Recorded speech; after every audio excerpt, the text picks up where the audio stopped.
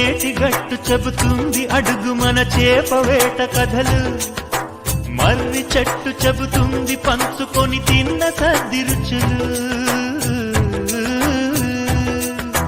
చెరుకు తోట చెబుతుంది అడుగు ఆనాటి చిలిపి పనులు, టెంట్ హాల్ చెబుతుంది ఎన్టీఆర్ స్టంట్ బొమ్మ కథలు, పరుగెడుతూ పడిపోతూ ఆ నూతుల్లో ఈత కొడుతూ ఎన్నేళ్ళో గడిచాయి ఆ గురుతులనే విడిచాయి.